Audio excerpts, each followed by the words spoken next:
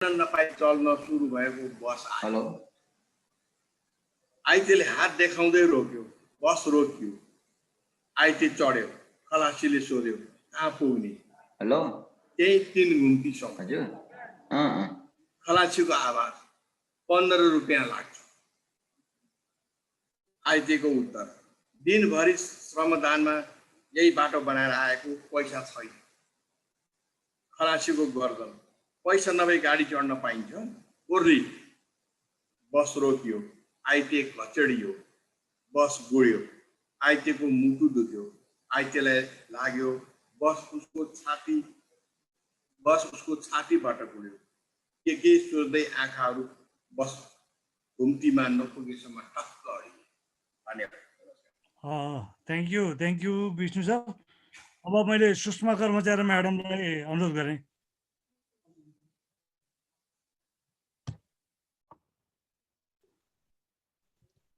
नमस्ते सबै सर म्याडमहरूलाई। म सुषमा खत्री रञ्जित। मेरो लघु कथाको शीर्षक छ पाहुना।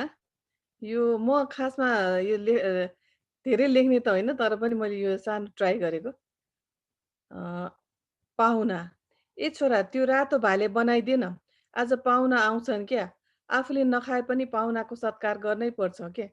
छोरी कोठाचोटा सबै सफा गर है, त्यहाँ सन्दुकमा फोहोर दसैँमा किनेको तन्ना छ, त्यो भित्र खाटबाट कसिदिनु। अनि हाम्रो ओछ्यान तल लगाउनु है, नत्र लाज मर्दो हुन्छ। एउटा गतिलो सुत्ने ठाउँ पनि रहेनछन् भन्लान्। तिमीहरू पनि दसैँमा हालेको लुगा लगाएर बस्नु है, राम्रो भएर। त्यो खाट मुनि पोको पारेको प्लेट कचौरा पनि झिक्न पर्ला, परेको बेलामा सहयोग गर्छन् कि। पाहुना आइपुग्छन्। नमस्ते है भाउजू, हामी त आउन ढिला भएन नि अघि?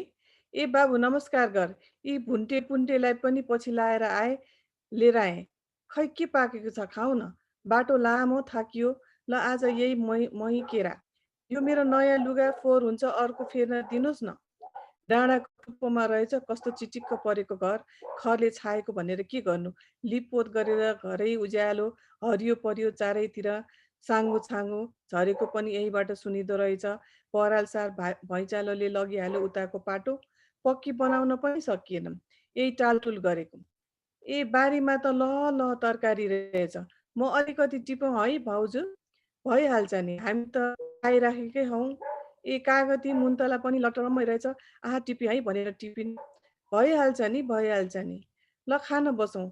ओहो कस्तो मिठो साग तरकारी छोरीले बनाए कि, अलिकति घिउ तताएर हाल्न पाए खास हुन्थ्यो है भाउजू? ल है भनेर हाले। खै त दाइ, हामीले त खाएपछि पो सम्झ्यौँ। पल्लो गाउँका साहुसँग केही सापटी दिन्छन् कि भनेर कुरा गर्न गएका छन्। पल्लो गाउँका साहुसँग केही सापटी लिन विदेश छोड जान्छु भनेर कराए भएर गएको। बरु तिमीहरूसँग छ कि अर्कासँग सापटी किन लिनु? ए भाउजू, हामीसँग पनि कहाँ हुनु, भएसम्म त बाँडीचुँडी खाने हो। बरु मै सापटी पाइन्छ कि भनेर पो कुरा गर्न हतार गरेर भेट्न आएको। छोरीको लागि राम्रो ठाउँको कुरा आएको थियो, यो पालि बिहे गरिदिन पाए हुन्थ्यो भनेर। केही नभए पनि तपाईँको छोरीले अस्ति नै घैँटेको छोरीको बिहेमा लगाएको झुम्काको जोडी चाहिँ लिएर जान्छु है भाउजू, त्यो चाहिँ मलाई दिइहाल्नु न। छोरीलाई सोधुला नि,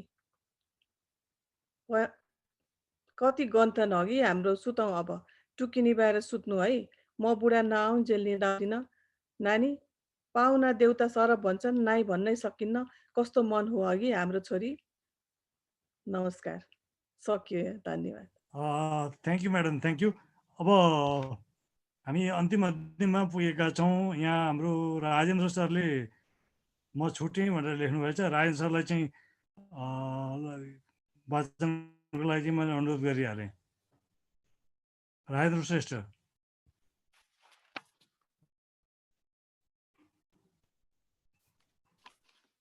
नमस्कार सर।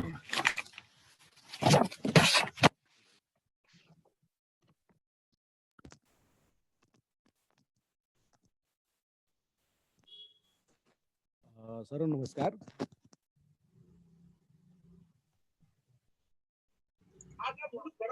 हजुर सर।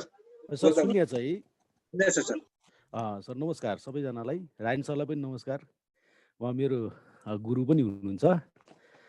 मैले यो खास लौकथा त लेखेको छैन, तर अस्ति सुवर्ण सरले चाहिँ एउटा लेख्नु न भनेर रिक्वेस्ट गर्नुभएको थियो। त्यही भएर यसो एउटा छ मसँग। मैले यसलाई शीर्षक चाहिँ खण्डिता भनेर राखेको छु। यो कतिको उपयुक्त हुन्छ म पछि रायन सरले केही प्रतिक्रिया दिनुहुन्छ। अलि लामो पनि छ, साथीहरूले अलि छोटो छोटो सुनाउनु भएको छ, मेरो चाहिँ अलि लामो लागेको छ। म सुरु गर्छु। मधुरो गतिमा आएको कारको गति भुइँमा बिछ्याएको राजस्थानी मार्बललाई चक्काले घसार्दै घ्याच्च रोकियो। सिट बेल्ट नबाँधी आफैले हाँकेको कारबाट लर्खराउँदै दिवाकर हातमा कोर झुन्डाउँदै झर्छ। मिल्ने भए ऊ त्यहीँ सुत्न चाहन्छ, तर लक्ष्मीले आड दिएर भित्रसम्म पुर्याएपछि एकपटक बेसरी चिच्याउँछ, जान। त्यतिखेर लक्ष्मी बाहिरिसकेकी हुन्छे। विदुला ओछ्यानमा बसेर ल्यापटपमा केही गर्दै हुन्छन्। गाडी आएर रोकिएको त उनले सुन्छिन्, तर दिनानुदिनको रप्टा झप्टामा सहभागी हुने हो। अलि ढिला सहभागी भए आफ्नो इनर्जी केही सञ्चित हुने भएकाले व्यवस्था गरिरहेकी थिए। भूतले वर्तमानलाई डोराउँछ र भविष्यप्रति सचेत गराउँछ। हो, विदुला त्यही कुरामा सचेत छिन्। दिवाकरको बिजनेस रातको 10-11 बजेसम्म सामान्य चल्छ, तर आज ठिक 12 बजेसम्म बसेर आएको हो ऊ। होस हवास उड्ने गरी जान भनेर चिचाउँदा पनि विदुलाले वास्ता नगरेपछि दिवाकर अझै लर्खराउँदै लक्ष्मीले छोडेर गएको ठाउँबाट ठिक 3 पाइला अगाडि रहेको कमन रुमको सोफामा डङरङ्ग लड्न पुग्छ। रात्रि पोसाकमै विदुला दिवाकर छेउ पुग्छे र आफ्नो पति परमेश्वरलाई शयन कक्षमा लाने उपक्रम गर्छे। ऊ विदुलालाई बोलाउँदा नआएको रोष प्रकट गर्छ। विदुला चुप। फेरि बेढङ्गबाट विदुलालाई तिमी मेरो श्रीमती नभएर अरू कोही हौ जस्तो लाग्छ। किन मेरो कुरामा सहमत हुँदैनौ? हाकिमनी भएर मसँग त्यही चाहन्छौ? विदुला अझ चुप। बोल्दैन। किन बोल्दैनौ? त बोल्दिनस्, नबोली जित्न खोजे कि? दिवाकर कराउँछ। दिवा, भोलि कुरा गरौँला, अहिले सुत्न जाउँ, हिँड। यस्तो लाग्छ विदुलाको मनभरि भारी छ भन्ने कुराको। तर यस्तो परिस्थितिमा भनेर के हुन्छ? उही नदीमा डुङ्गा खियाएर धरको कोरे झैँ, लामखुट्टेको पखेटाको चाल गने झैँ, जीवन बेतबलीले गने झैँ। साँच्चै भन्नुपर्दा विदुलालाई घरायसी जीवन असहज बन्दै गएको छ। विवाह भएको 5 वर्ष भयो। करिब 3 वर्षसम्म उनले जीवनको अस्तित्वको खोजी नगरी अनुसारको जागिर पाउने प्रयासमा व्यतीत गरिन्। त्यति बेला दिवाकरको सल्लाहमा योजना बनाइन्। त्यही योजना मुताबिक जीवन चल्दै गयो। दिवाकरको भन्दा धेरै पैसा कमाउन थालेपछि दिवाकर जागिर छोडेर अन्य मौसमी पेसातिर लागे। समय एकपटक आउँदो रहेछ। दिवाकरको पनि समय आयो। उसको जीवनमा मौसमी पेसा कल्पवृक्ष चाहिँ भएर आयो। खाडल झन बढ्दो छ। बेहिसाबसँग आर्थिक लाभ हुन थाल्यो। सरसङ्गत उठबस फरक हुँदै गयो। हैसियत बदलिएर 100 सिसीबाट 1500 सिसीमा पुग्यो। तर भौतिक वस्तुले मात्रै कहाँ खुसी हुँदैन। न त दिवाकर र विदुला नै भए। दुई बीच आत्मीयता घट्दै गयो। सामान्य कुरामा पनि बाँझोपनको खप्की सहनुपर्छ विदुलाले। उपचारका क्रममा धेरैसँग परामर्श लिइसके। धामी झाँक्रीको शरण पनि परिसके। देवी देवता भाग्न बाँकी छैन। आसन परिवर्तन पनि धेरै पटक गरिसके, तर प्रतिफल शून्य। त्यसैले दम्पति बीच आत्मीयताको खाडल झन बढ्यो। बाढीको पानीले दिनानुदिन खोलाको चौडाइ बढे झैँ उनीहरूको बीचको असमझदारी बढ्दैछ। सुत्ने जाने आग्रहलाई नमान्दा विदुला एक्लै सुत्न गई। विस्मित अवस्थामा निष्प्राण झै भएर विदुला जीवन, जागिर, परिवार, माइती, साथी सङ्गति सबैलाई एक नजरबाट चियाइन् र एक नजरबाट दिवाकरलाई निहालिन्। आफ्नो गल्ती र कमजोरीलाई पहिलाउन खोजिन्, तर असफल भइन्। अनि असमझदारीको सुरुवात बिन्दु पहिलाउने कोसिस गरिन्, त्यहाँ पनि उनी सफल भइन्। असमझदारीको बीज बिन्दु त्यही सुरु भयो जुन दिन दिवाकरलाई धेरै सम्झाउँदा पनि नमानेर विदुलाले गर्भपात गर्नु पर्यो।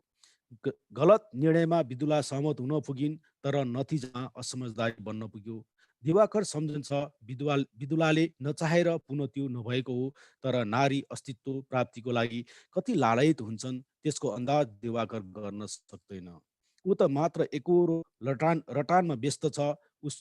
उसको व्यवहारले विदुला विक्षिप्त छिन्। त्यही तरङ्गमा विदुला निधाइन्। बिहान 4:30 बजे विदुलाको मोबाइलमा अलार्म बज्यो। उनी उठिन्। हत्तपत्त उनी कमन रुमतिर लागिन्। उनलाई दिवाकरको एकोरो चिन्ता थियो। आँखा मिच्दै उनी शयन कक्षबाट भर्याङ ओर्लँदै कमन रुमतिर लाग्दै थिइन्। एकाएक उनका घोडाहरू टक्क रोकिए। अवाक भई सबैतिर अन्धकार लाग्न थाल्यो। उनलाई स्तब्ध बनिन्। उनी बोल्ने, बुझ्ने, बुझाउनु पर्ने सबै आफ्नै आँखा अगाडि घटित भइरहेछ। फटाफट क्रियाशील अवस्थामा काममा सहभागी आफू विदुला हुनुपर्नेमा लक्ष्मी छे र अर्को पात्र दिवाकर। हस्, धन्यवाद सर।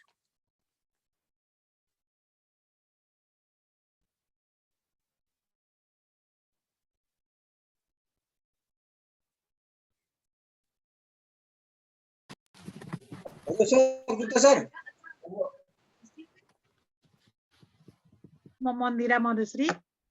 मेरो लघु कथाको शीर्षक छ अन्योन्याश्रित। पुस्तक विमोचन समारोहको ब्यानर झुम्ब्याइयो। आगन्तुकहरूको उपस्थिति राम्रै थियो।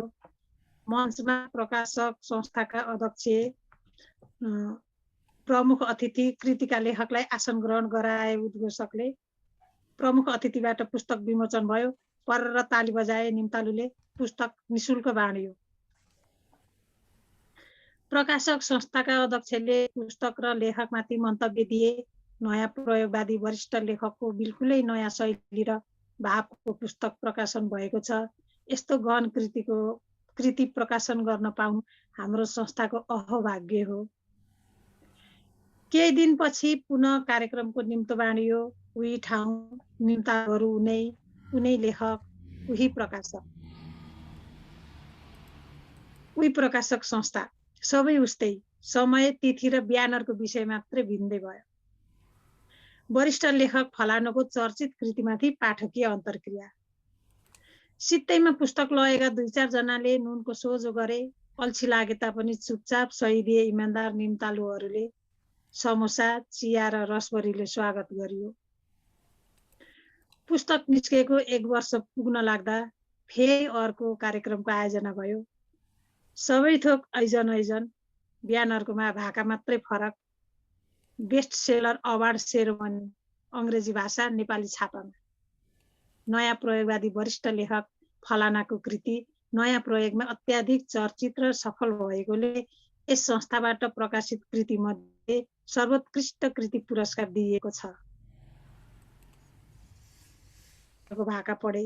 50,000 को थैली, ताम्रपत्र, दोसल्ला र दुबोको मालाले सुशोभित भए। लेखक महोदय, समारोहका विशेष व्यक्तिहरू, लेखक, प्रकाशक बेलुकी एउटै टेबलमा बसे। लेखकको आयोजनामा भएको साँझको कार्यक्रममा प्रकाशकले लेखकलाई धाप मार्दै भने, ल बधाई छ है यत्रो ठुलो पुरस्कारको लागि। यो सबै यहाँकै कृपा त हो। म कहिल्यै नलेखेकोलाई लेख्न लगाउनु, कृतिलाई सफल र चर्चित बनाउनु, यत्रो पुरस्कार, यहाँको यो गुणप्रति कृतकृत्य छु, लेखकले लरबरिएको स्वरमा भने। के कुरा गरेको यार, तपाईले चाहिँ हाम्रो संस्थामा शेयर किनिदिनु सानो गुण हो र? प्रकाशकको बुढी लरबरिएकै थियो। हस्, धन्यवाद। थ्याङ्क यू मन्दिरा जी, धेरै राम्रो गर्नुभयो। अब हामी अन्तिममा पुगेका छौँ। म यस क्रममा हाम्रो अध्यक्षज्यूको चाहिँ अनुमतिले म मेरो चाहिँ लघु कथा यहाँ वाचन गर्ने अनुमति चाहन्छु र अनि म अध्यक्षज्यूलाई आफ्नो लघु कथा वाचन गरेर त्यसपछि हाम्रा समीक्षज्यू र आजका प्रमुख अतिथिज्यूलाई चाहिँ समय उपलब्ध गराउने म यहाँ जानकारी गराउन चाहन्छु। मेरो लघु कथाको शीर्षक छ प्रमाण। गुमानचिङ घर गाउँमा घुम्छ धेरै, तर गाउँकाले उसलाई त्यति बढी रुचाउँदैनन्। ऊ सेवा गर्छु भन्छ र गाउँ डुल्छ, तर गाउँलेहरू उसको सेवा लिन चाहँदैनन्। गाउँले र उसका बिचमा यही ठुलो खाडल बनेको छ। यो खाडललाई गुमानचिङले पूर्ण सकेको चाहिँ छैन। एक दिन छिमेकी छँदियारसँग गुमानचिङको झगडा भयो। साँधमा राखिएका ढुङ्गाहरू सबै उखेल्दै फाल्दै गर्न थाल्यो र साँधका बुटाहरू रुखहरू काट्न थाल्यो। छँदियारले अदालतमा गुमानचिङका विरुद्ध मुद्दा हाले। मुद्दामा साक्षी सरजमिन बुझ्ने काम भयो। हिजो साँधका ढुङ्गाहरू उखेलेर फाल्दा देख्ने मानिसहरू सरजमिनमा साक्षीमा उपस्थित भए। सरजमिन गुमानचिङको विपक्षमा एकपक्षीय रूपमा भयो। सबैले गुमानचिङले नै उनीहरूकै अगाडि साँधको ढुङ्गा फालेको र रुख बुटाहरू काटेको साँच हो भन्ने किटान गरे र गुमान सिंह अब सजायको भागीदार हुन्छ भनेर त्यो हाँसमा बसे। उता गुमान सिंहले आफ्नो पक्षको वकिललाई सरजमिनका सबै मानिसहरूको आवाजका विरुद्ध अर्को प्रमाण ल्याउन लगाए र पैसा जति खर्च गर तर मलाई प्रमाण ल्याऊ, मलाई जिताऊ भनेर भन्यो। वकिलले आफ्नो बुद्धि लगायो र प्रमाण जुटायो। न्यायाधीशले निर्णय सुनाए। प्राप्त प्रमाण अनुसार घटना भएको दिन बिहानै विपक्षी गुमान सिंह घरदेखि एक दिन टाढाको अस्पतालमा भर्ना भएको देखिएको अस्पतालको पुर्जीले बताएको हुँदा अस्पताल भर्ना भएको मान्छे एक दिन टाढाको बाटो घरमा पुगेर रुख काटेर ढुङ्गा फालेर अस्पतालमा आयो होला भन्ने पत्याउनै नसकिने भएकोले गुमान सिंह निर्दोष ठहर्छ। निजले गरेको अपराध भनेको जुन लागेको आरोप छ त्यो मिथ्या भएको ठहर गरिन्छ भनेर अदालतले फैसला गरिदियो। न्यायाधीशको फैसला सुनेर सबै साक्षी बसेका मान्छे स्तब्ध भए र सबैले भने न्यायालयको प्रमाण त धेरै महँगो पर्दो रहेछ, अब हामीले पनि प्रमाण जुटाउन जान्यौँ। त्यस दिनदेखि गुमान सिंहले मुद्दा जित्यो तर पनि गाउँ फर्केन। धन्यवाद हजुर। अब मैले अध्यक्षज्यूको अहिले सुरुमा जुन उहाँले चाहिँ खालि लौकथाको बारेमा आफ्नो ऊ चाहिँ दिनुभएको थियो, जानकारी दिनुभएको थियो। त्यसैले मैले अध्यक्षज्यूलाई नै एउटा कथा वाचनको लागि अनुरोध गर्ने मैले निर्णय मेरो आफ्नो चाहिँ गरेको हुनाले यहाँ सरलाई मैले अनुरोध गरेँ लौकथा वाचनको लागि। सरको अनम्युट। अब घर जान्न कुरा नै हो। धेरै बेरपछि थाहा भयो मरेछु। आकाशको बाटो हुँदै कतै उड्दै गइरहेको थिएँ। नयाँ अनुभव र रमाइलो अनुभूति भइरहेको थियो। कुनै ठुलो ढोका अगाडि पुगेछु। केही बेर रोकेर भित्र जान भन्यो पालेले। भन तिम्रो इच्छा के छ? मोटो शरीर भएको ढुङ्गेले सोध्यो। के कुरामा होला? मैले उल्टै प्रश्न गरेँ। स्वर्गमा जाने? दुःख गरेको मान्छेलाई गाह्रो हुन्छ कि? नर्कमा जाने त? नर्कको दुःख पनि सम्झिएर भने नजाने। कहाँ जाने त? अलिकति झर्केर सोध्यो जुङ्गेले। परिवारको माया सम्झेर भने घर जाने। ल पहिला राम्रोसँग हेर, त्यसपछि मात्र जवाफ देऊ। उसले देखाएकोतिर हेरे। सुरुमा पृथ्वी देखियो, त्यसपछि अग्लो सगरमाथा देखेपछि देश चिने। बिस्तारै घर पनि देखे। घरमा सेता लुगामा दुखी श्रीमती, सेतै लुगामा झोक्राएका छोरू, गरुड पुराण भइरहेका पण्डित, संवेदनाका समाचारहरू, शोक व्यक्त गर्नेहरूका भिड। जुनले फेरि हेर्न भन्यो र मैले फेरि हेरेँ। श्रद्धले छापिएका अखबारहरू, संस्थाहरूले गरेका मौन धारण, माला लगाइदिएका मेरो फोटो, अनावश्यक प्रशंसा, सबै औपचारिकता भन्दा केही देखिन मैले। फेरि जुङ्गेले भन्यो, फेरि हेर्छौ? मैले ध्यान दिएर हेर्न थालेँ। सेता लुगाहरू क्रमशः रङ्गीन बन्दै गएका थिए। अँध्यारा अनुहारहरू उज्याला बन्दै गएका थिए। श्रीमती, परिवार, नाता, कुटुम्ब, साथीभाइ सबैले बिर्सँदै गएका थिए। घरको एउटा फोटोमा बाहेक म कसैको मनमा देखिन। एक्लै रहेछु, एक्लै भएँ भन्ने लाग्यो। के सोच्यौ त? मोटो शरीर भएको जुङ्गेले जुङ्गा मुसार्दै फेरि सोध्यो। जाने? हो, अब म घर जान्न। धन्यवाद। Thank you sir, thank you. अब यो कथा वाचनको क्रम चाहिँ सकियो। मैले आजका हाम्रा प्रमुख अतिथि हाम्रा एकदमै मूर्धन्य साहित्यकार विशिष्ट समालोचक प्राध्यापक राजेन्द्र सुवेदी सर जो हाम्रो माझमा हुनुहुन्छ आज। मैले अबको पालो चाहिँ अब राजेन्द्र सरलाई आफ्नो प्रमुख अतिथि मन्तव्य र अब अहिलेसम्म बातचित कथाका बारेमा केही समीक्षा गरिदिनु हुनुको लागि म हार्दिक अनुरोध गर्छु सर।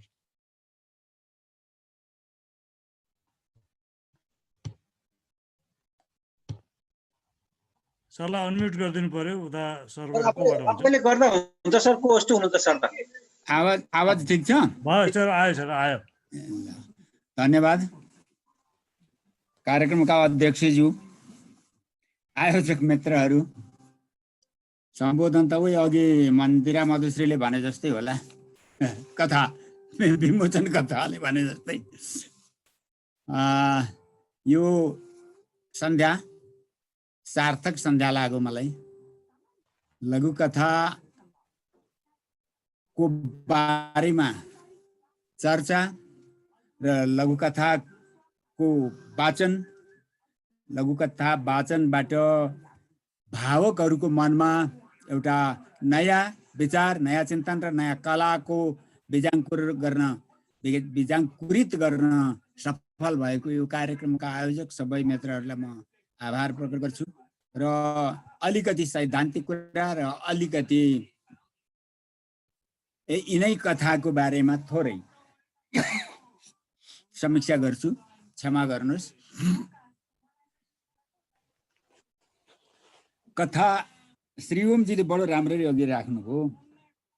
सर्ट स्टोरी भन्ने शब्द अङ्ग्रेजीमा छ। यदि त्यसैलाई लिने हो भने त नेपालीमा त सर्ट स्टोरी भन्नुपर्छ। लघु भन्दा पनि लघु कथा भन्नुपर्ने हुन्छ।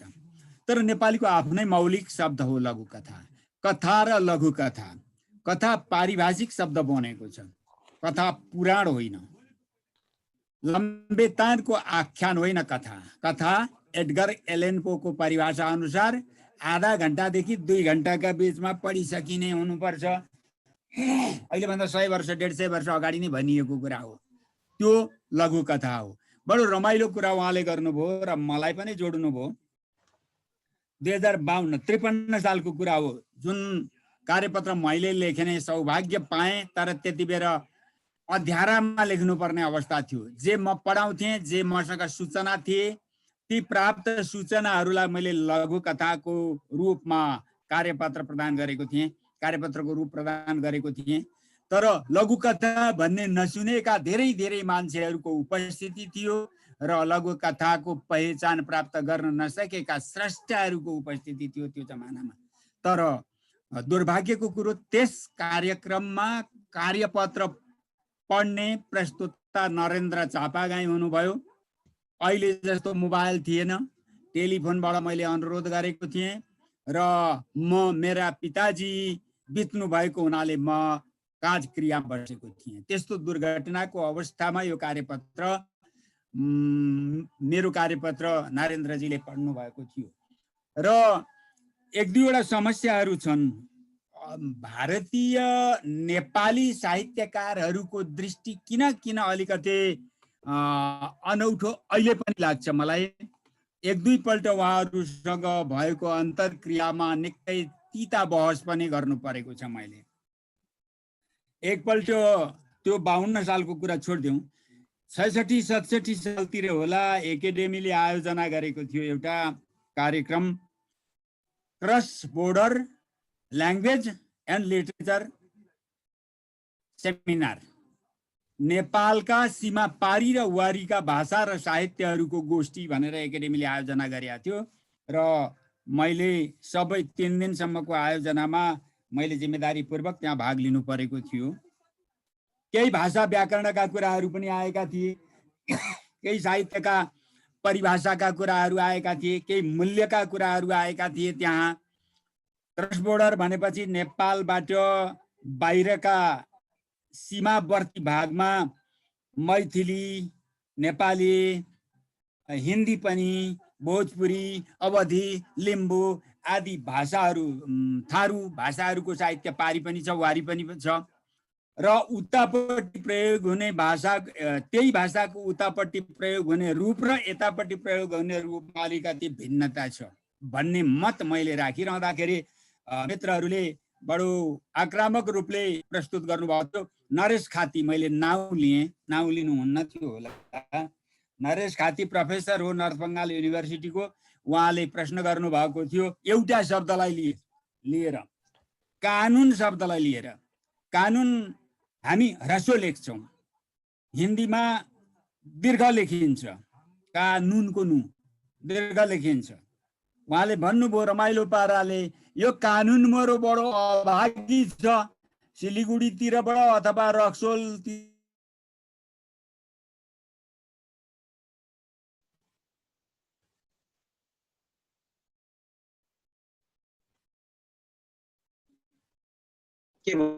सरको बिग्रिया हो कि क्या? अहिले त्यसरी रमाइलो पाराले भन्नु त भएन, त्यो व्यङ्ग्य पनि थियो त्यस भनाइमा। मैले राम्ररी कुरा गरेको थिएँ। हेर्नुहोस्, यो चाहिँ स्थानीय भाषाका मर्यादाहरूले आगन्तुक भाषाहरूलाई एडप्टेसन गर्छन्, एडप्ट गर्छन्। त्यसकारणले नेपालीले यसलाई अनुकूलीकरण गरेको छ। यसमा अनौठो नमान्नुहोस्। जस्तो भारतीय अङ्ग्रेजी तपाईँ, अमेरिकन र ब्रिटेनको अङ्ग्रेजी तपाईँ फरक देख्नुहुन्छ, त्यस्तै नेपाली, भारतको नेपाली र यहाँको नेपाली फरक हुन सक्छ। यसलाई तपाईँ स्वीकार्ने नस्वीकार्ने तपाईँ हो, तर सत्य यही हो भन्नु परेको थियो मैले। यस्ता स्थितिहरू अहिले पनि बहसका विषय छन् हामीसँग। जहाँसम्म लघुकथाको प्रश्न छ, बडो रमाइलो पाराले राख्नुभयो अघि श्री ओमजीले। सङ्कटको कुरा हो, सूचनाको अभावमा, सूचनालाई आत्मसात गर्ने क्षमताको पनि अभावमा, स्वीकार गर्ने हैसियतको पनि अभावमा मान्छेहरूले आफूले जे जानेको छ, जे अवधारणा बनाएको छ, जे ढिपी छ, त्यसैलाई मात्रै सधैँ शाश्वत सत्य ठानिरहन्छ। सत्य अर्कै हुन्छ। सत्य मैले मिथ्यालाई सत्य मानेको देखेपछि त्यो शाश्वत सत्य चाहिँ परबाट एक्लै हाँसिरहन्छ। त्यस कारणले मैले के सोच्नु पर्छ भने, सत्य मैले भने भन्दा पनि बाहेक हुन सक्छ। त्यस कारणले त्यो सत्यलाई सम्मान गर्न सक्नुपर्छ, सत्य अन्वेषण गर्न सक्नुपर्छ। अन्वेषण गर्दा सत्य फेला पर्छ, परेन भने अर्काले फेला पारेको सत्यलाई पनि सापेक्षित रूपमा केही रिजर्भेसनका साथ स्वीकार्नुपर्छ भन्ने मान्यता हामीले राख्नुपर्छ। यही कुरा मैले समीक्षाका सन्दर्भमा सिकेको सिद्धान्त हो। जहाँसम्म लघुकथाको प्रश्न छ, लघुकथा लघु नै हुन्छ, छोटो हुन्छ। तर छोटो, देवकोटाले राम्रो परिभाषा गरेका छन् लघुकथाको। छोटो किस्सामा रसिलो हुन्छ, भरिलो हुन्छ र जहाँबाट सिङ्गो संसार पनि देख्न सकिन्छ। भन्नुहोस्, एउटा पाइपको प्वालबाट पनि बाहिरको संसार देखिन्छ। पाइपबाट हेरो, एउटा आँखाले हेरो भने बाहिरको संसार देखिन्छ। त्यो देखिएको संसार सीमित हुन्छ, तर आकलन गर्न सकिन्छ, अनुमान गर्न सकिन्छ। बाहिरको संसार जस्तो त्यो प्वालबाट देखिँदैछ, त्यसको पेरिफेरी, त्यसको परिवेश त्यही किसिमको छ। त्यस कारणले पूर्णता यो सानो प्वालले पनि देखाएको हो भन्ने कुरा स्वीकार्नु पर्ने हुन्छ। यस दृष्टिले लघुकथा शाश्वत हुन्छ, सीमितमा धेरै कुरा भन्न सक्छ। त्यो सीमित शब्द मैले प्रयोग गरिराखेको छु। सीमित अत्यन्त सार्थक शब्द हो। अहिलेको व्यस्त जमानामा हामी थोरैमा धेरै खोज्छौँ, सीमिततामा असीमितता खोज्छौँ, साँगुरोमा फराक खोज्छौँ, संक्षिप्ततामा दीर्घ खोज्छौँ। यो चिज पहिला पनि थियो। पण्डितजीहरू, हाम्रा आदरणीय गुरुहरू भन्ने गर्नुहुन्थ्यो, थाली पुलाका न्याय। यसको अर्थ के हो भने, एउटा भाँडामा भात पाको कि पाकेन भनेर जम्मै सिता छाम्नु पर्दैन। एउटा सिता छाम्यो भने सबै भात पाकेको पुष्टि हुन्छ। त्यस्तै लघुकथामा जुन संसारसँग जति देखिन्छ त्यस अनुसारको अरू संसार छ भन्ने अनुमान गर्न सकिन्छ, आकलन गर्न सकिन्छ र स्वीकार गर्न सकिन्छ। यो स्थितिलाई लघुकथाले आत्मसात गरेको हुन्छ सधैँ। नेपाली साहित्यमा लघुकथा लेखनको प्रणाली 2007 सालदेखि हुँदै हुँदै आयो र मोटामोटी रूपमा 2025 साल पछि चाहिँ लघुकथाले आकृति ग्रहण गर्न थाल्यो र विधागत हैसियत खोज्न लाग्यो 2030 सालपछि। विधागत हैसियत खोज्न लाग्यो। आख्यान प्रमुख विधा भित्रको एक अन्तर्विधा हो लघु कथा, उपन्यास, लघु उपन्यास, कथा, लघु कथा। यी चारवटा श्रेणीलाई तपाईँ मान्नुहुन्छ भने सबभन्दा संक्षिप्तमा चोटिलो पाराले धेरै प्रहार गर्न सक्ने विधा विशेष हो लघु कथा। अहिलेको व्यस्ततामा थोरै भनाइबाट साह्रै धेरै अर्थ लगाउन सकिन्छ लघु कथा मार्फत। यसकारण लघु कथा छोटो संरचनामा धेरै अर्थ प्रक्षेपण गर्ने विधा हो। मोटामोटी 250-300 शब्दको कुरा हामी गर्छौँ। त्यो त्यस्तै हुन्छ, यसरी स्वीकार्नु पर्यो। तर संरचनागत हिसाबले यसलाई व्याख्या गर्नुपर्ने हुन्छ। लघु कथामा 3वटा आङ्गिक संरचना समीकरण भएका हुन्छन्। एउटा पहिलो आङ्गिकतामा लघु कथाले विषय प्रवेश गर्छ र विषयको परिचय दिन्छ 2-3वटा वाक्यको सानो प्याराग्राफमा। दोस्रो त्यस विषयको विकासको कुरा गर्छ र उत्कर्षतिर उन्मुख भएको परिस्थिति निर्माण गर्छ दोस्रो प्याराग्राफमा। त्यो पनि 4-5 वाक्यको हुन सक्छ र त्यसमा 100 शब्द जति खर्च हुन सक्छ। र त्यसपछि तेस्रो चाहिँ चरमोत्कर्ष हुन्छ कथाको। कथाकारले के थाहा पाउनुपर्छ भनेदेखि कथा सिद्धिएको पाठकले थाहा पाओस्। यस कथाको उत्कर्ष यही हो भन्ने कुरा कुनै वाक्यबाट थाहा पाओस्। त्यो चरमोत्कर्ष हो, अन्तिम वाक्य हो, निष्कर्ष वाक्य हो। संरचनात्मक शैली विज्ञानमा के भनिन्छ भनेदेखि कुनै पनि रचनाको पहिलो वाक्य लिडिङ सेन्टेन्स हो। कुनै पनि रचनाको, मैले प्याराग्राफको भनिनँ, कुनै पनि रचनाको पहिलो वाक्यले यसमा भएका विषयलाई लिड गरोस् र यतातिर यो लेखक जान्छ भन्ने कुराको संकेत गरोस् पहिलो वाक्यले। र त्यो रचनाको अन्तिम वाक्यले संरचनात्मक शैली विज्ञानमा त्यो रचनाको अन्तिम वाक्यले लेखकले आफ्नो भन्ने कुरा भनिसक्यो भन्ने कुराको संकेत गरोस्। यस दृष्टिकोणले लेखिन्छ जुनसुकै पनि रचना। र बढी ध्यान दिनुपर्ने हुन्छ व्याख्या गर्ने चान्स हुन्न लघु कथामा। त पाठकले बुझेन अलिकति लामो पारिदिन्छु, बुझ्ने बनाइदिन्छु भन्ने होइन लघु कथामा। लघु कथा भन्दा भन्दै र सुनौ भन्दा भन्दै सिद्धिने अवस्थामा पुग्नुपर्ने हुन्छ। त्यसकारणले लघु कथा नामको लघु जस्तै कामको पनि लघु आयतनको हुन्छ। गम्भीर विषयलाई, अत्यन्त जटिल विषयलाई, अत्यन्त मानसिकताका पीडाका विषयलाई सहज ढङ्गले सुनौ पढौँ बुझौँ भन्दा भन्दै निष्कर्षमा पुगेर थन्काइदिने किसिमको र पार लगाइदिने किसिमको रचना हो लघु कथा।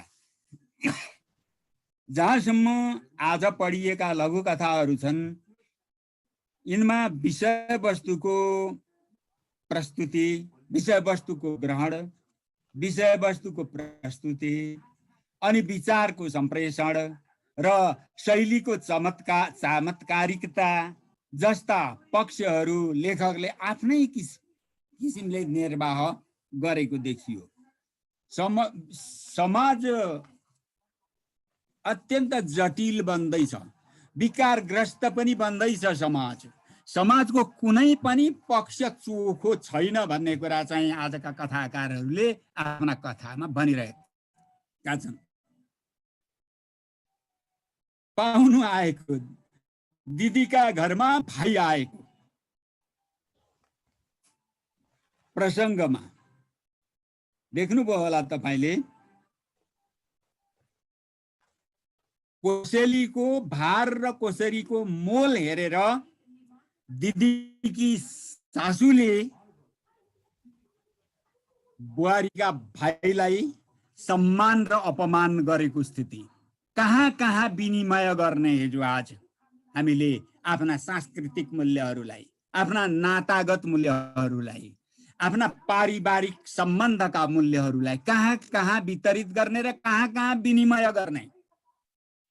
कस्तो राम्रो गरी आएको थियो त्यो कथा भने, पहिलोपल्ट आउँदा साँझमा आइपुग्यो भाइ।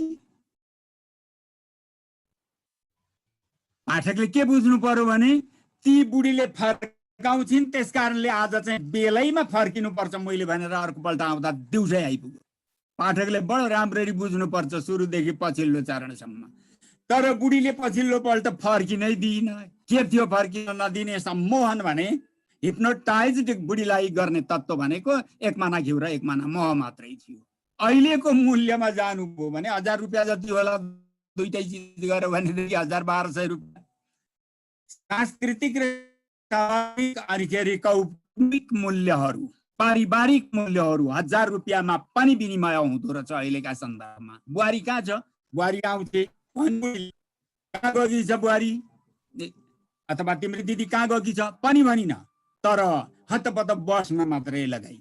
यस किसिमको पारिवारिक समस्यादेखि लिएर राजनीतिक किसिमका समस्या, भिक्षाटनका समस्या, सुवर्णजीको कथा भिक्षादानको समस्या र आदानको समस्या र प्रदानको समस्या, अनि मृत्यु उपरान्त पनि पीडा नै भोग्नुपर्ने समस्या, अनि साहित्यिक कृति तपाईँ सृजना गर्नुहुन्छ, निर्माण गर्नुहुन्छ, समाज सेवा भन्नुहुन्छ, के भन्नुहुन्छ, धेरै भन्नुहुन्छ। साहित्यले समाज भलो गर्छ, साहित्यले समाजलाई अभ्युत्थान गर्छ, साहित्यले मानव मनको परिष्कार गर्छ आदिको कुरा गरिदिनुहुन्छ तपाईहरु। हामीहरू त्यही कुरा गर्छौँ। तर त्यहाँभित्र मौलाएका अनेक अगणित विकृतिहरूको बिम्ब पनि आजका कथामा देखियो। मैले कथाकारको नाम लिइरहेको छैन है, मैले सबै रिसाउनु होला भनेर गोलमटोलमा भाव मात्रै लिइराखेको छु। श्रमदानको कुरा बडो अनौठो खालको छ।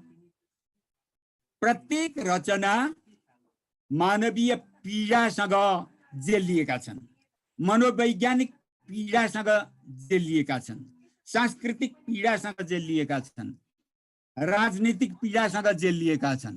अहिलेको स्थितिको कथा पढ्नको लागि त्यो कथा साहित्य मात्रै होइन, अहिलेको कथा साहित्य मात्रै होइन, यसले अन्तर विषयक अध्ययन गर्नुपर्छ। इन्टरडिसिप्लिनरी स्टडी चाहिन्छ। समाजशास्त्रीय अध्ययनका विभिन्न कोण एकतिर राख्नुहोस् र यो कथा अर्कोतिर राख्नुहोस्। श्रमदान कथामा देश विकासदेखि लिएर परोपकारको कुरा एकतिर राख्नुहोस् र अर्कोतिर कथा राख्नुहोस्। अर्को कुनै कथामा तपाईँ राजनीति एकातिर राख्नुहोस्, अर्थव्यवस्था अर्कोतिर राख्नुहोस्, मानव अधिकारको कुरा एकातिर राख्नुहोस् र साहित्य अर्कातिर राख्नुहोस्, संस्कृति एकातिर राख्नुहोस् र साहित्य अर्कातिर राख्नुहोस्। यस दृष्टिकोणले दुईटैलाई संश्लेषण गरेर अध्ययन गरियो भने मात्रै अहिलेको साहित्यको अध्ययन हुन्छ। त्यसो हुनाले हामी के भन्छौँ भनेदेखि आजको साहित्य प्लुरालिजमतिर गइराखेको छ, बहुलवादतिर गइराखेको छ। हिजोको एकलवादी साहित्य समालोचनाको चिन्तनले पुग्दैन। अहिले जेन्डरको पनि कुरा आउन सक्छ। त्यही कथाभित्र लघुकथा जम्मा 3 प्याराग्राफ हुन्छ भने मैले 2 प्याराग्राफ एकै प्याराग्राफमा पनि लेख्न सकिन्छ। तर त्यसमा जेन्डरको कुरा आउन सक्छ, त्यसमा वर्गको कुरा आउन सक्छ। यी प्रत्येक रचनामा वर्गको पनि कुरा आइराखेको छ आफ्ना किसिमले, लिङ्गको पनि कुरा आइराखेको छ, संस्कार र संस्कृतिको पनि कुरा आइराखेको छ। यति धेरै विषयहरू लघु आयतनमा व्याख्या गर्न सक्ने दृष्टिकोण चाहियो। फेरि म फर्किन्छु पहिला कार्यपत्र लेखेकै बेलातिर। मैले यिनै कुराहरू तर अलिक अलोका चाहिँ थिएँ, त्यो भने 25-26 वर्ष अगाडिको कुरा हो र यो नयाँ विषय थियो। त्यति बेला मैले यस्तो कुरा गर्दा साहित्य पढ्ने कि समाजशास्त्र पढ्ने, त्यो त समाजशास्त्रीहरूले कुरा गरिहाल्छन् भन्ने विद्वानहरूको उपस्थिति थियो। अर्थशास्त्रीय कुरा तपाईँले अर्थ भन्नुहोस् न, यही मन्दिराजीको विमोचनभित्रको अर्थको विकृति, अर्थ विकृति। अनि कथाकारको कथा सृजनाको विकृति, आफूसँग प्रतिभा छैन, प्रायोजित लेखन, यी सम्पूर्ण विकृतिहरूको बिम्ब आजका कथाहरूमा पाइन्छ, आजका अरू विधामा पनि पाइन्छ, एउटा मुक्तकमा पाइन्छ, एउटा लघु निबन्धमा पाइन्छ, एउटा जोकमा पाइन्छ। अहिलेको सन्दर्भमा तपाईँ जोक निर्माण गर्नुहोस् न, एउटा कसले हो उसको होला, विमल निभाको जस्तो लाग्छ मलाई। शीर्षासन भन्ने कथा थियो एउटा, टाउको उँधो फर्काएर शीर्षासन गरेर गोर्खापत्र पढिराखेका थियो पञ्चायतका बेला, झुटो कुरा लेख्छ। आज बडो सान्दर्भिक भइराखेको छ, आज पुनर्स्थापना भयो संसद, त्यहाँ आइराखेको छ टिभीमा।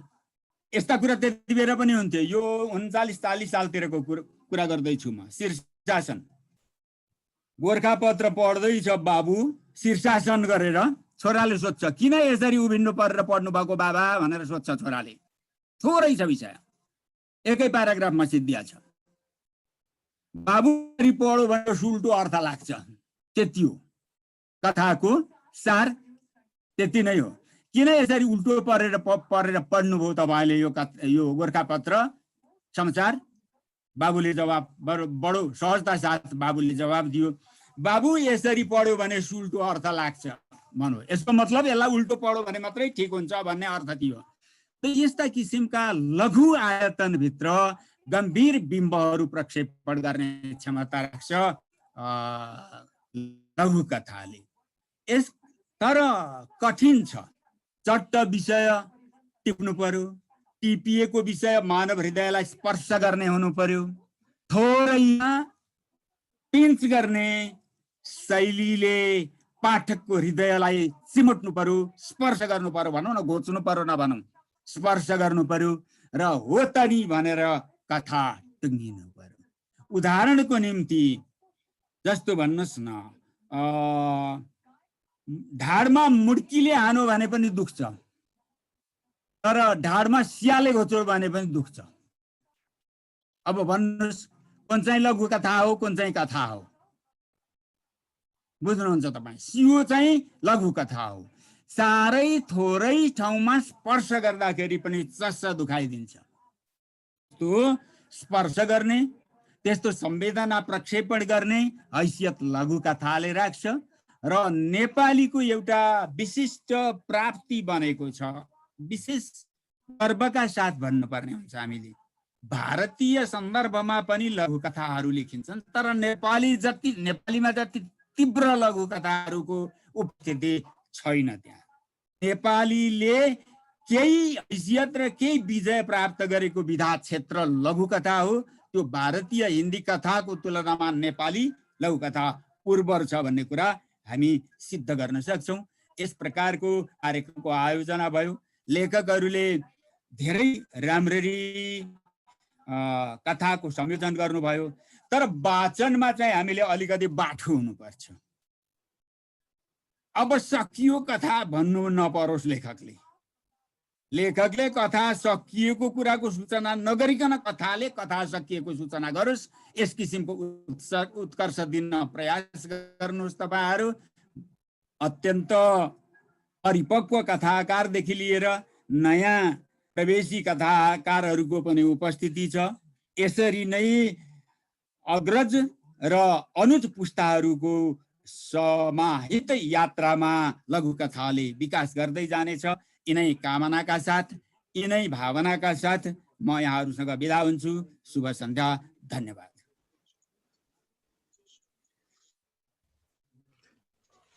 हाम्रो प्राध्यापक राजेन्द्र सरले धेरै धेरै धन्यवाद टर्न चाहन्छु। उहाँले चाहिँ व्यापक रूपमा यसको समीक्षा गरिदिनु भयो र अनि अब सुरुदेखि अन्तिमसम्मका सबै कथाकारहरूको एउटा समष्टि उसमा पनि दिनुभयो, झलक दिनुभयो। अब हामी एकदमै अन्तिममा पुग्यौँ, अब अलिकति समय लाग्यो। यो पनि ऊ चाहिँ छैन। मैले समग्रमा U3A प्रोग्रामका तर्फबाट, U3A का हाम्रा समूह साथीहरूको सदस्यहरूको तर्फबाट प्राध्यापक राजेन्द्र सुवेदी सर र हाम्रो शिवम सरलाई हार्दिक धन्यवाद प्रकट गर्दै अनि उपस्थित सम्पूर्ण हाम्रा युथिएका सदस्य सरहरू म्याडमहरू र अन्य आमन्त्रित सम्पूर्ण सर म्याडमहरूलाई चाहिँ धन्यवाद प्रकट गर्दै अब यो आजको कार्यक्रमको औपचारिक अन्त्य गरिदिनु हुनको लागि चाहिँ अध्यक्षता गरिरहनुभएका श्री ओम सरलाई म हार्दिक अनुरोध गर्छु। मैले अन्त्य गरेँ किनभने बोलिसकेको छु। धन्यवाद। नमस्कार, शुभरात्रि सबैजनालाई। नमस्कार सर, सबैजनालाई शुभरात्रि। शुभरात्रि। ल सृजनशील रात्रि बनोस्। आजको दिन शुभ ठहरिने बसेर अब शुभरात्रि सबैमा। भाग लिन पनि पाइयो, वाचन गर्न पनि पाइयो, सरहरूको थुप्रै ज्ञान गुण पनि सङ्कलन गर्न पाइयो। ल ल ल ल ल बिदा हुन्छ ल।